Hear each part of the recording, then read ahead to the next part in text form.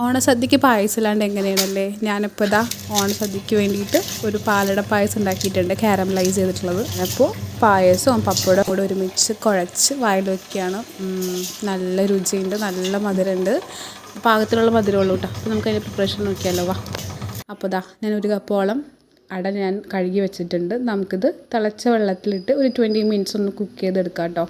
അപ്പോൾ നമുക്കതൊന്ന് ആഡ് ചെയ്ത് കൊടുക്കാം. ഇതിനകത്ത് എന്തെങ്കിലും ഡേർട്ടൊക്കെ ഉണ്ടെങ്കിൽ പോകാൻ വേണ്ടിയിട്ടാണ് ഒന്ന് കഴുകി എടുത്തിരിക്കുന്നത് കേട്ടോ. അപ്പോൾ അതാ നന്നായിട്ട് തിളച്ച് ഒരു 20 മിനിറ്റ്സ് ആയപ്പോൾ തന്നെ കുക്കായി വന്നിട്ടുണ്ട്. നമുക്കിനി അത് ഊറ്റി മാറ്റി വയ്ക്കണം. അപ്പോൾ അതൊന്ന് ഇരുന്ന് തണുത്തോട്ടെ. ഇനിയിപ്പോൾ നമുക്ക് ഒരു 3 ഏലക്ക, അതേപോലെ തന്നെ ഒരു 2 ടേബിൾ സ്പൂൺ ഷുഗർ കേട്ടോ, നന്നായിട്ട് അടിഞ്ഞ് കിട്ടാൻ വേണ്ടിയിട്ടാണ്. നമുക്ക് മിക്സിയുടെ ചെറിയ ജാറിലിട്ട് അതൊന്ന് പൊടിച്ചെടുക്കാം. ഇനി നമുക്ക് അടികട്ടിയുള്ളൊരു പാത്രത്തിലേക്ക് ഒരു 10 ടേബിൾ സ്പൂൺ, വലിയ ടേബിൾ സ്പൂണാണ് പഞ്ചസാര എടുത്തിരിക്കുന്നത് കേട്ടോ ഞാൻ.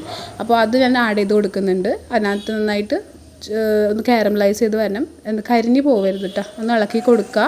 ആദ്യമേ ഇട്ട് ഇളക്കരുത്, അതൊന്ന് ഉരുകി വരുന്ന സമയമാകുമ്പോൾ മാത്രം ഇളക്കിയാൽ മതി. ഇനി ഇതിലേക്ക് നമുക്കൊരു ചെറു ചൂടുള്ള പാല്, നമുക്ക് ഒരു 3/4 ലിറ്റർ പാലുണ്ടാവും കേട്ടോ, അത് ഞാൻ ഇതിനകത്തേക്ക് ആഡ് ചെയ്ത് കൊടുക്കുന്നുണ്ട്.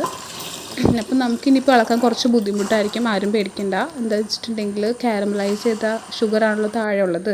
അപ്പോൾ ഇതേപോലെ ക്രിസ്റ്റലായിട്ടായിരിക്കും ഉണ്ടാവുക അടിയിൽ. അത് തിളച്ച് വരുമ്പോൾ അതൊക്കെ മാറിക്കോളും, നമ്മുടെ പാലിൻ്റെ കളറൊക്കെ ഒന്ന് മാറും.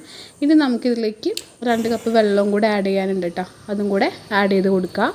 ഇനി അത് നന്നായിട്ട് വെട്ടി തിളച്ച് കുറുകിയൊക്കെ വരണം.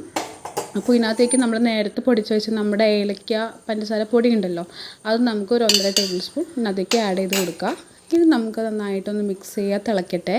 തിളച്ചൊന്ന് കുറുകി ഒക്കെ വരുമ്പോഴേക്കും നമുക്കിതിനകത്തേക്ക് നമ്മൾ നേരത്തെ വേവിച്ച് വെച്ചിട്ടുള്ള നമ്മുടെ അടയുണ്ടല്ലോ, അത് ആഡ് ചെയ്ത് കൊടുക്കാം.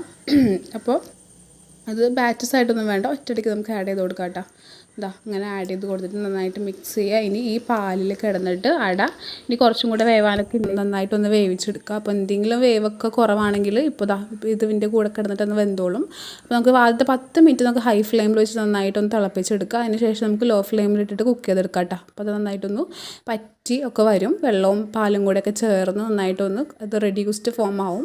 ഇനി നമുക്കിനകത്തേക്ക് ഒരു ടേബിൾ സ്പൂൺ ഞാൻ സോൾട്ടഡ് ബട്ടറും ഒരു 2 ടേബിൾ സ്പൂൺ നമ്മുടെ നെയ്യാണ് ചേർത്തിരിക്കുന്നത്. നമുക്ക് മുഴുവൻ നെയ്യ് വേണമെങ്കിൽ എടുക്കാം കേട്ടോ.